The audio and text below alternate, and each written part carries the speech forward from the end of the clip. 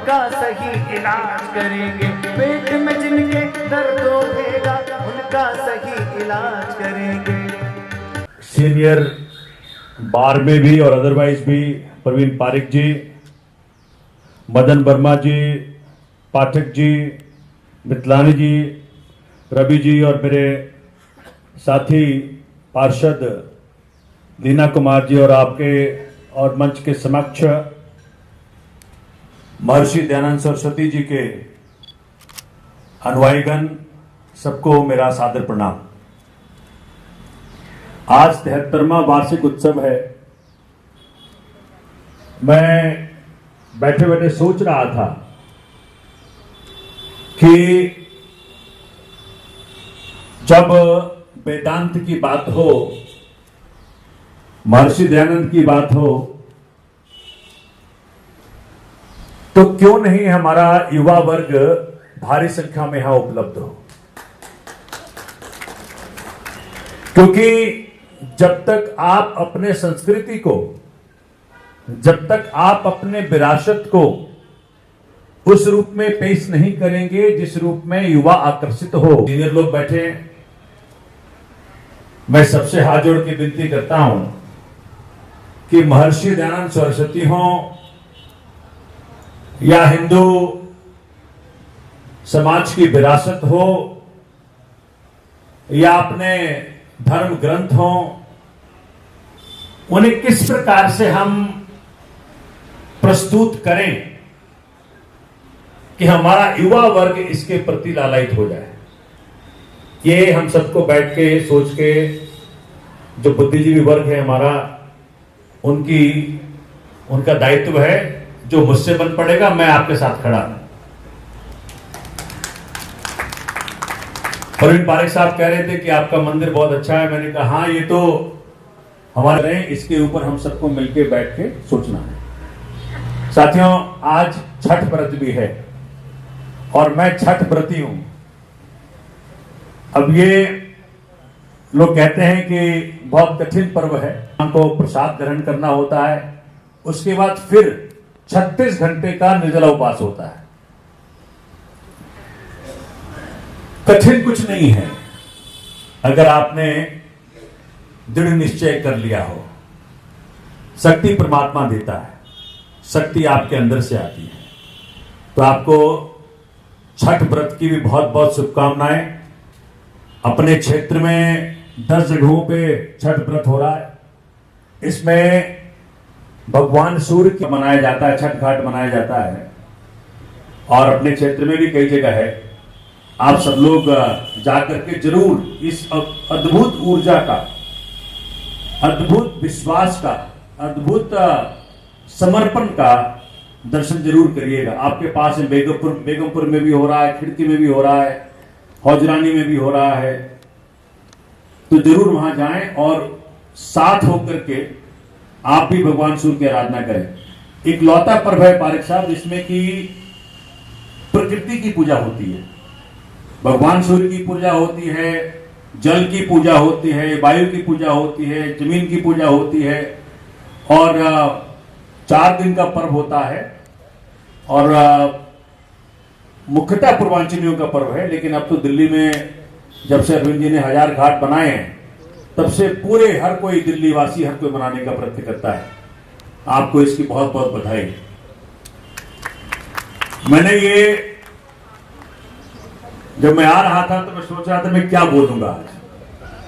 जो पाठक जी ने मुझे आमंत्रण दिया, बहुत गहरा है, इतना गहरा है कि पूरे ब्रह्मांड के जितने भी विचारधाराएं हैं सब समा जाएं इसमें। अब जो सत्यार्थ प्रकाश के जरिए दयानंद सरस्वती जी ने लिखा, एक अलग विचारधारा है वो, लेकिन वो भी हिंदू की विचारधारा है। हिंदू वो भी है जो नास्तिक है, वो भी है जो आस्तिक है, वो भी है जो सूर्य की आराधना करता है, वो भी है जो भगवान शंकर की आराधना करता है, वो भी है जो मूर्ति विश्वास करता है, वो भी है जो मूर्ति में विश्वास नहीं करता है। बहुत गहरी है आराधना ये। मैं चाहता हूं कि हमारे समाज के नौजवान हिंदुत्व की हर विचारधारा को पढ़ेंगे, विचार करेंगे, फिर अपने मनमाफिक एक विचारधारा को चुन लेंगे। यह बहुत जरूरी है कि हिंदुत्व की हर विचारधारा को, चाहे दयानंद सरस्वती जी की हो, चाहे शंकराचार्य जी की हो, सर्व विचारधाराओं को हमें नौजवानों को देना बहुत जरूरी है। हिंदुत्व कोई छोटी सी विचारधारा नहीं है। आप कुछ भी कहें सब समाहित होता है इसमें। कुछ भी कह दें, भगवान का ना होना कह दें वो भी समाहित होता है, भगवान का होना कह दें वो भी समाहित होता है, मूर्ति पूजा कह दें वो भी समाहित होता है, मूर्ति पूजा का ना होना कह दें वो भी समाहित होता है। तो मेरा ये मानना है, और जितने सीनियर हमारे साथी बैठे, चाहे सामने बैठे हो चाहे मंच पे बैठे हो, सबसे मेरी हाथ जोड़ की विनती है कि हिंदुत्व की हर विचारधारा को समाज के सामने रखें कि ये भी है, ये भी है, ये भी है। क्योंकि अंतरतम की प्राप्ति, परमात्मा की प्राप्ति, उस ताकत की प्राप्ति, अद्वैत की प्राप्ति किसी भी तरीके से हो सकती है। रामकृष्ण परमहंस के जीवन में एक वाक्य है, मैं बताने का प्रयत्न करूंगा आपको।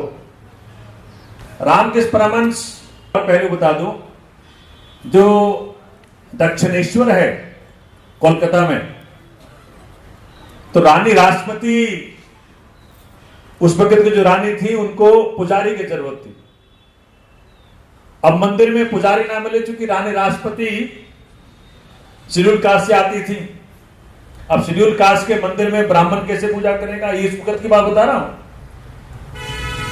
तो किसी ने बताया भी जाओ, रामकृष्ण परमहंस एक फलाने गांव में रहते हैं, वहां जाओ, वो राजी हो जाएंगे। वहां गए, वो राजी हो गए। तो ये जो जाति पाति की मुसीबत अपने समाज में है, ये हिंदू समाज को बहुत गहरे तरीके से हानि पहुंचा रहा है।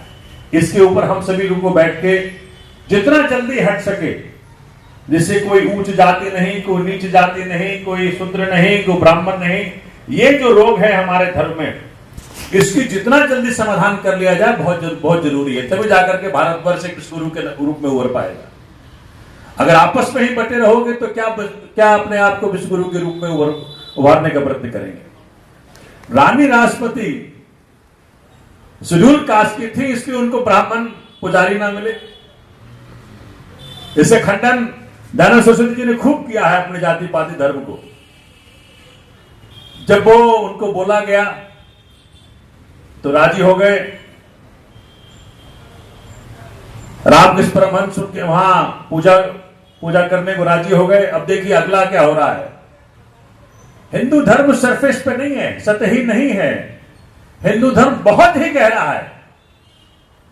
हिंदू धर्म साक्षात परमात्मा को पाने की जीते जी एक प्रक्रिया है, और हर प्रकार से हो सकता है। अब जब वो गए पूजा करने, तो अब दिल की पूजा क्या होती है,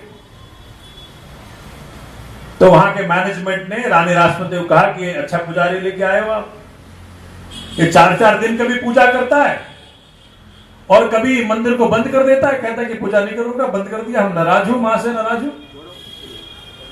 तो बुलाया गया उनको, सर उनको बुलाया गया और पूछा गया कि क्या तरीका है। तो रामकृष्ण परमहंस ने कहा कि देखो, नियमों से पूजा कराना तो किसी और से कराओ, दिल से कराना है तो मेरे से कराओ। मेरी तो मां से बातचीत होती है, कभी लड़ाई हो जाता है और कभी खूब बातचीत होती है, तो खूब मजा आता है। तो पूजा में भी जब इस प्रकार का समर्पण आ जाए, तब जाकर के प्रभु से साक्षात्कार करने की संभावना बनती है। अब उनका दूसरा एक स्टेज, रामकृष्ण परमहंस को काली का दर्शन खूब होता था। दिन रात जब मर्जी चाहे काली के साथ बातचीत करते थे, खूब सुनी है हमने कहानियां, लेकिन एकात्म का दर्शन नहीं हुआ। तो उस वक्त संत थे तोतापुरी ने रामकृष्ण परमहंस ने तोतापुरी को कहा कि मेरे को तो एकात्म का दर्शन नहीं हुआ, अभी भी काली है और मैं हूं, भक्त है और भगवान है, अभी भी दो है, द्वैत है। अद्वैत नहीं हुआ। तोतापुरी ने कहा, कहां से लाते हो काली? कहा, जब ध्यान में बैठता हूं तो काली आ जाती है। तो कहा, एक काम करना, देखो हिंदुत्व की कितनी धाराएं हैं वो बता रहा हूं मैं आपको। तोतापुरी ने कहा कि जहां से काली लाते हो, जब ध्यान में बैठो तो वहीं से तलवार ले आना और काट देना काली को। अगर आज के दिन में कोई बात करे तो पता नहीं क्या क्या हो जाए उसके साथ। तो कहा, ठीक है जी। कहा, मेरी हिम्मत नहीं हुई काली को काटने की। बोला, कोई बात नहीं, मैं मदद करूंगा। जब तुम मस्त होने लगोगे ध्यान में बैठ के, तो मैं उस वक्त तेरे ललाट पे कांच से बार करूंगा, ग्लास कांच से बार करूंगा, और उस वक्त तो हिम्मत करके ले आना, तलवार निकाल लेना, काट देना काली। तो ध्यान में बैठे, मस्त हुए। तोतापुरी ने जब मस्ती देखी तो ललाट पे कांच से बार किया और वहां अंतरतम में तलवार निकाले और काली को काट दिया। तब अद्वैत का दर्शन हुआ। रामकृष्ण परमहंस की परंपरा में एक मंदिर है जो मायापुरी में है। मायापुरी में अद्वैत आश्रम है। आप जितने मंदिर जाओगे रामकृष्ण परमहंस के, उसमें आपको काली की पूजा मिलेगी, रामकृष्ण की पूजा मिलेगी, स्वामी विवेकानंद की पूजा मिलेगी। लेकिन अद्वैत आश्रम जो मायापुर में, वहां किसी की फोटो नहीं है, किसी की मूर्ति नहीं, अद्वैत आश्रम। ये भी हिंदू की विचारधारा एक है। आप स्वामी दयानंद सरस्वती ने जिस विचारधारा को आगे बढ़ाया, आपको याद होगा क्योंकि आप सारे फॉलोवर हैं, किस प्रकार से उनकी एक बात को तो मैं फॉलो करने का प्रयत्न करता हूं। उनकी बहुत सारी अच्छी बातें हैं। जिस व्यक्ति ने उनको जहर दिया, अक्सर हम अपने दुश्मनों को क्या क्या नहीं कर डालें, खाली मालूम पड़ जाए कि मेरे खिलाफ बोलता है ये या मेरे खिलाफ काम करता है। जिस व्यक्ति ने जहर दिया, उस व्यक्ति को बोला, बेटा निकल जाओ, तुम लोग तुम्हारे साथ बहुत अन्याय करेंगे, बुला के बोला। परमात्मा करे इस प्रकार की समझ बूझ, क्षमा करने की ताकत हम सबको प्राप्त हो। परमात्मा करे। नहीं तो आज तो खड़ी खड़ी दो बात किसी खिलाफ बोल दो, वो तो मारने को पहुंच जाता है। इस प्रकार के थे दयानंद सरस्वती। अगर हम अपने युवा वर्ग को उनकी इस प्रकार की जीवन को हम रख पाए और समझा पाए कि सहने की शक्ति की सीमा क्या होनी चाहिए, तो मुझे लगता है कि फिर भारतवर्ष को विश्व गुरु बनने से कोई रोक नहीं सकता। जरूरी है अपने युवाओं की ऊर्जा को केंद्रित करना, उसको दिशा देना, अपने महापुरुषों की जिंदगी से ऐसे ऐसे वाक्य निकालना जो कि किसी की पुरुषार्थ को आगे बढ़ाता हो। तो मैं इन्हीं शब्दों के साथ आप सबको पुनः एक बार 73वां वार्षिक उत्सव की बधाई देता हूं और प्रभु से प्रार्थना करता हूं, किसी एक विचारधारा को पकड़ लो, चाहे दयानंद सरस्वती की पकड़ लो, आर्य शंकराचार्य की पकड़ लो, रामकृष्ण परमहंस की पकड़ लो, शिव की, भगवान शिव की, किसी की पकड़ लो। क्योंकि हिंदू धर्म बहुत गहरा है, हर विचारधारा समाहित होती है, तो किसी की एक पकड़ लो और उसके जरिए फिर अंतरतम में जो ताकत है, कोई इसको भगवान कह देता है, कोई उसको आत्मा परमात्मा कहता है, कोई कुछ कहता है, तो जिसकी जो अनुभव रही उसके जरिए अंतरतम की ताकत को पहचाने और फिर इस जन्म को स्वार्थ करें, अपना भी करें, औरों का भी करें और औरों के लिए उदाहरण के स्वरूप में प्रस्तुत हों। बहुत बहुत धन्यवाद। आप सबको पुनः बहुत बहुत बधाई।